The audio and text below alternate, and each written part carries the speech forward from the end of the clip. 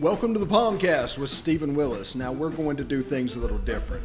We are going to provide an honest look at Ole Miss athletics for the fan, by the fan, and of the fan. That is what we do. Hell be to me. I'm just kidding. Tune in for some Ole Miss sports news. We're going to give it to you straight. Yeah, right now. The POMcast starts now.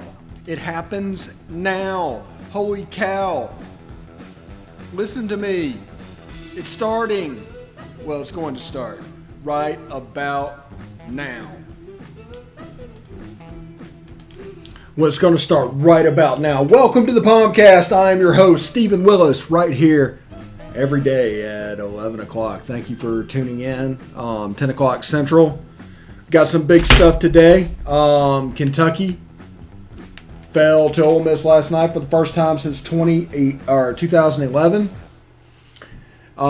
Beat them 70-62, and that's not all. Basically, KJ Buffin is our player of the game, as you can see right there. He is our player of the game. 16 points, 10 rebounds, 2 assists, 1 steal. He did foul out of the game, but he was the double-double performer of the game. Devontae Shuler also added 17 points. Went 3 for 3 from behind the arc. Sammy Hunter with 11 points. Went 3 for 5 from 3. He had a big, big game. But KJ Buffin with the double-double is our player of the game. The first time Ole Miss has defeated Kentucky since 2011. That's nuts. Since 2011.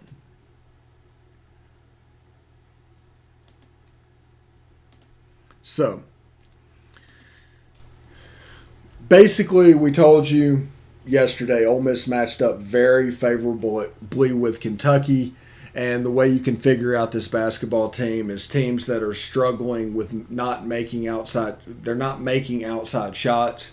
The Tennessees, the Kentuckys, the Missouris of the world. Ole Miss matches up very, very favorably with them. Now, there's teams like Alabama that people don't match up with them that well at all anyway, but they shoot so many threes that puts Ole Miss at a disadvantage because Ole Miss just doesn't have the shooter. And whenever Ole Miss performs well, and they shot the ball really well last night. I think it was, 46% from 2, 61.5% from 3, held Kentucky to 37 and 25.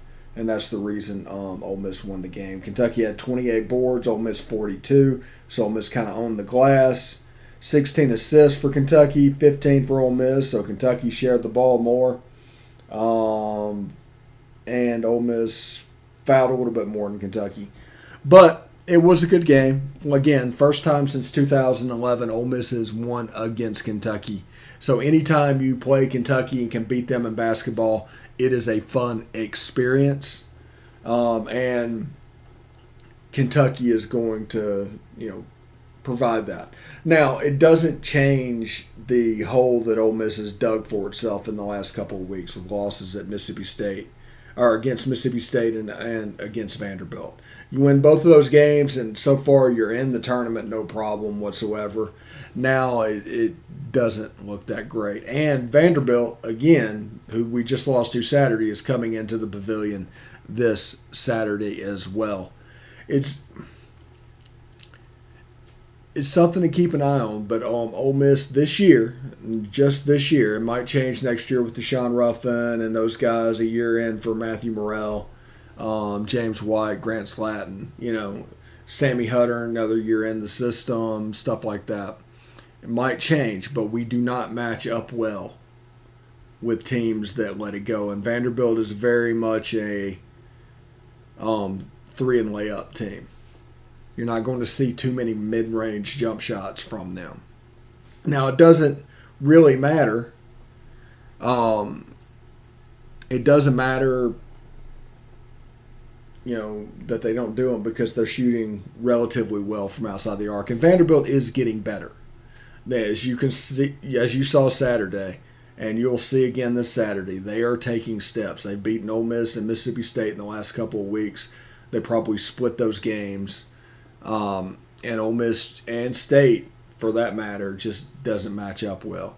Now, if you can shoot the three-point shot and you're making your shots, Ole Miss is going to be in trouble. If you're struggling with that, Ole Miss is going to get you because they are better and more talented defensively. It's just a fact of the matter.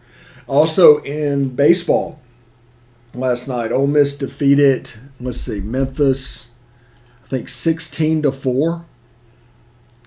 Yeah, 16-4.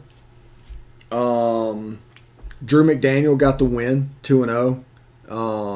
Stinnett took the loss. It was interesting. It was a chilly night at Swayze Field. I mean, it was in the upper 30s, low 40s, depending on which thermometer you look at. And that caused some control issues with pitchers. You're not as precise as you could be because of the temperature outside. But I think Memphis gave up, let's see, how many walks did they give up? 14. 14 walks in a game. That's more than a normal game of hits. So you add those walks with the hits. Ole Miss ended up with 11 hits. So 14 and 11, that's 25. That's 25 base runners in a baseball game. You're not going to ever win a game doing that, period. I mean, you still have to get 27 outs. You take away double plays and things like that. But 25 base runners in the game between walks and hit batters. Memphis was in trouble once that started going. And, Drew McDaniel settled down and got the win. But it got to the point where, Ole Miss was up 10-3 in the third inning, after the third inning. So the game was essentially over. I mean, Ole Miss added spot runs in the 4th, 5th, 6th, and 8th. But, I mean, that is an unbelievably big gap to go, even if for a third of a game. That 10-3 game, it was over. Ole Miss was going to win. It was rough. The player of the game in baseball was Justin Bench. He went 3 for 4 with 5 RBIs. With a triple. He did also walk as well. Had a sac fly. 2 putouts on the game. So good game for Justin Bench. He's hovering up around 375 right now in batting average. So he's one to keep an eye on as this moves forward. And just looking at the numbers, Ole Miss, believe it or not, is not related. I'm not, putting any stock in it necessarily, but Ole Miss is undefeated in games with John Rice Plumlee plays. That's a weird stat, but that's a stat nonetheless. Ole Miss took care of Memphis last night. Now, tonight, they are going to play JSU. And what does that mean? That means A, don't screw up. Let's see, we need to go to Twitter real quick. Sorry about this.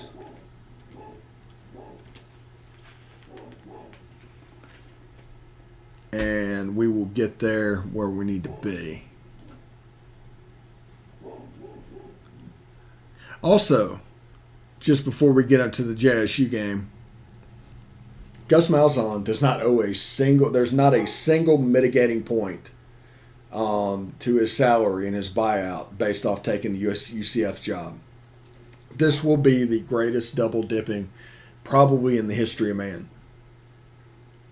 Can you imagine getting all that money and then getting all that money and then getting all that money?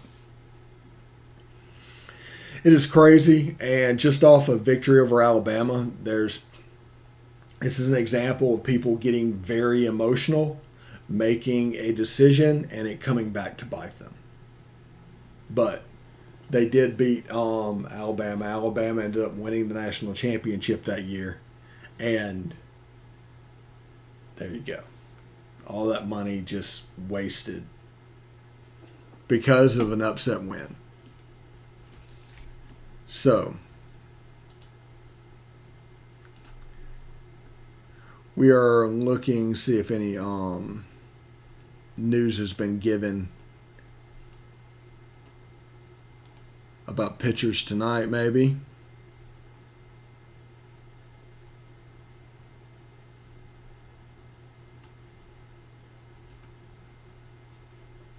Okay, I do not see it at this point. It's probably going to come out in the next hour or so with the lineups and all of that going on. But, you know, we still have a lot to get to in this show. We're going to talk a little bit about the opening up of Mississippi and Texas and what that could mean to a Pac Swayze, a Pac spring game. The first time to really just go and see Lane Kiffin could be the spring game, so this could be a boon for that. They're talking about being 2 months ahead of schedule, getting every American vaccinated that wants it. They're talking about by May. So that's good for football season as well. And, I mean, there's just a really good chance we could get a hold of this and not necessarily be back to normal, because what happened the last year and was allowed to happen the last year changed everything. It changed the way we look at work itself. So getting back to normal really means a new normal, and it's going to be a hybrid type situation. If you try to force people to go back to the way things were, there's going to be problems, because they found deficiencies, and the technology allows that we do not have to clog up the roads and go into a brick and mortar business for 6 hours just so a manager can lord over you and basically micromanage you to death. That isn't needed. That is not something that people are looking forward to getting back to. So, but as this goes on tomorrow, I'll get to that after the break. But we have a lot of good stuff coming up. We have basically, my schedule this week is going to be a little wonky. Bear with me for that. We're planning on doing a midweek wrap-up show tonight. I've got a special guest for that. Should be about, let's see, the game's at 6:30. Should be at about 9:30 or 10 o'clock. So we'll see. And, you know, that should be fairly cool. I'm in training with my other job right now, so the schedule is like 12 to 4 today, 10 to 2 tomorrow, and then like 8:30 to 12 on Friday. So it could mean that the POMcast is delayed a little bit, like especially the Friday one. We may have to push off tomorrow's POMcast because of the training, because they're just right in the wheelhouse. So I apologize about that. Darby and Chris will be back next week. You can get with them, and they'll have some good information. And again, a special guest tonight that will, that might, I don't know, get you pretty excited about what's going on. So a little instant reaction of the Tuesday and Wednesday night games tonight. We're going to take a short break. And when we come back, we'll go off on the whatever tangent about the reopening and things like that. But until then, stick around.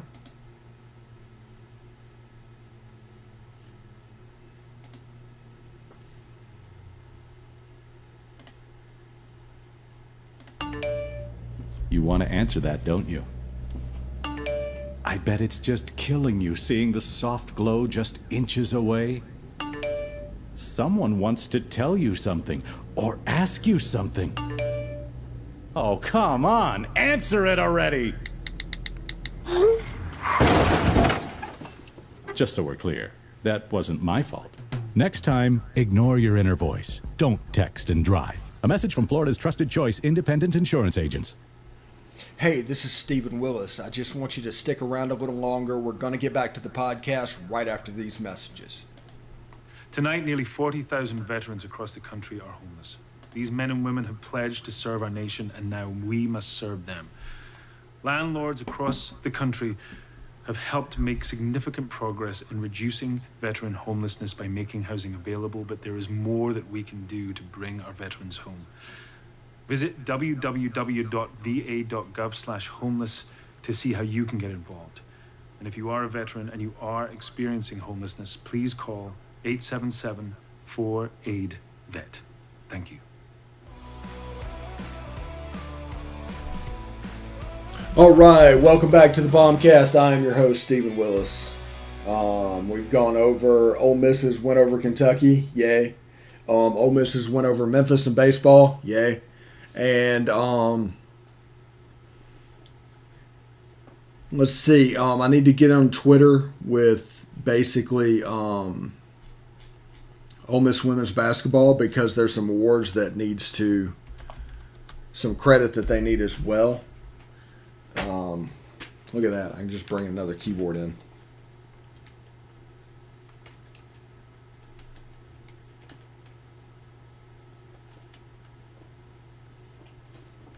Let's see. Because it's pretty cool and a testament of what Coach Yo is building.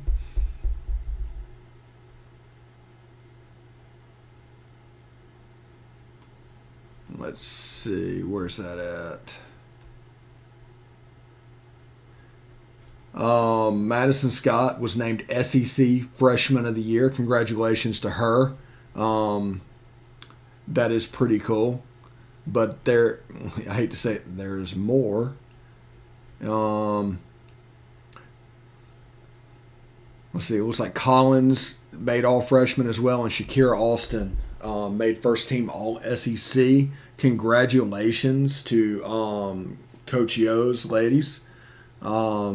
You can see the build. You can see it coming. I've been on this for months at this point, that the build was well on its way. So congratulations to them. Now, the state of Texas and the state of Mississippi opened up, and they did away with the mask mandate. They opened up their business at 100%. Now, that doesn't necessarily mean indoor events like a concert or something. We'll have to see exactly what that means and what the percentage is. Remember also, there is no anti-liability that has been passed to protect employers for this, so that's going to lead to slower openings too. Now, Florida, where I am, is pretty well open. I mean, you can kind of do what you want to do, but there are some things like 50% capacity and stuff like that. So we need to look at what this really means. Just because the state says something doesn't mean that it's going to go away, because private businesses need to be respected and also have rules themselves. Yeah. So it's something to just pay attention to with this. Just because this has been said on Monday doesn't mean everything is all in position to open up and that a Pac Swayze is due tonight. It doesn't really necessarily work like that. There's SEC rules in play. There are, local and municipality rules in play. It's a very big scatter shot, and you need to adjust your expectations over what was, kind of a publicity stunt yesterday with Mississippi and Texas doing that. Texas is doing that on their Independence Day is symbolic, if more than anything else. It was planned. It was for publicity. It was, basically something to push it along and give a little bit of a distraction from the winter storm thing. because they went through some things with the winter storm, and now they're going through some things with privatized electric companies giving out enormous bills because of scarcity of energy. So they're going through some things in Texas right now.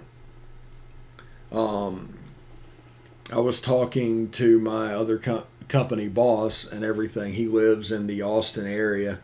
You know, it's pretty rough what they went through. You know, the one piece of kryptonite for the southern states that they're never prepared for, like on the line with Texas all the way down to Florida, if you just follow that deep south line, is extreme cold weather. They're not prepared for it because why would they be? Whenever it's usually a 20 or 25 year storm that comes through. So either way, we are through it. And they're doing this kind of as a distraction technique. Mississippi did it, honestly, in order to facilitate Duty Noble and Swayze being more filled up. That's absolutely the reason they did it. Because not doing it and the way it's set up is hurting communities, Starkville and Oxford. They want more people going to games and all that. So we'll have to see what Keith Carter and they're probably going to ramp it up a little bit, you know. But I don't expect them to go and fully open it right away. I just think that is way too flippant and it could lead to getting you in a little bit of trouble. But what will happen between that, what's going down, because the cases and everything else is falling off a cliff, and that's because we are vaccinating at a high rate. Right now down here, they're opening up more and more drive-through places all the time, and they expect by May to have enough, be able to vaccine every American. By May. Let me say it again. They expect by May. They were expecting by July, so we are 2 months ahead of schedule.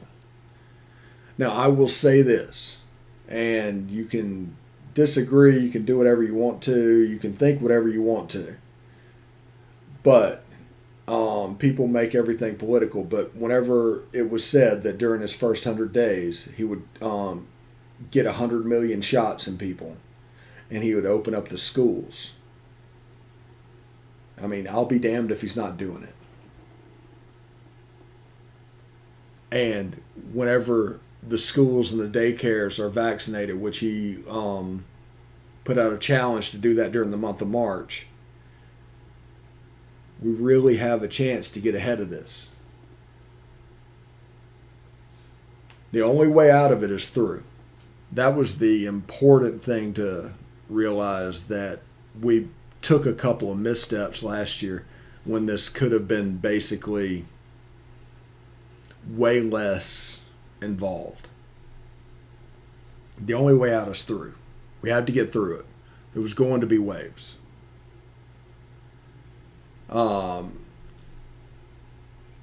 And we're finally looking like we're getting there. So if you're up for a line for a vaccine, go get it. If not, this is the warning. This is the legit thing. For me, for instance, through brain surgery and everything else, for the last year, I've been a good soldier through all of this. I've social distanced, I've worn a mask, I've done all of that. Once I take the vaccine, that's probably going to go away. Now, if you take somebody that was a good soldier for the last year saying that, how will people act that were not a good soldier over the last year? So there's a chance for a concentration of spreading back and forth. So I would recommend going to get a vaccine, not necessarily because you believe it or anything like that, but because it's going to get more irresponsible in the future from even the most well-meaning people. But that's just a heads up on the vaccine at the moment. And we are basically at 25 minutes after. I'm probably going to give you a few minutes back. But tonight, baseball reaction, midweek reaction show. Tune in. It should be about 9:30, 10 o'clock-ish. Tune in for that. Tomorrow, there may not be a POMcast. I'm going to be scheduled for training between 10 and 2. So it's kind of a hard time frame to get it into. We might try to do a later show. We don't know. But plan on it not being a show tomorrow. And then Friday, I don't even know what the training hours are, so I can't even make plans. So it may not be a show on Friday as well. But this week on my other job, this will go away soon enough. But for the time being, this is the world we're living in. Tune in tonight, Ole Miss versus JSU, 6:30 on SEC Network Plus. Note that is not ESPN Plus, that is SEC Network Plus. The naming causes problems. But I will give you a little bit of time back. And we can go on to do whatever we need to do. So, let's see. Hope everybody had a good time. You can catch us on Twitter at @TheStephenWillis, at Facebook at facebook.com/POMcast, on Twitch at Positive Digital Media, or at YouTube at Positively Ole Miss or Willis Digital Media. I want to thank everybody for joining us today. Hopefully, we'll be able to see you tomorrow. If the show that's coming up tonight will be the finale. Not the finale, but just a weird week. So just bear with us. So take care and hotty toddy.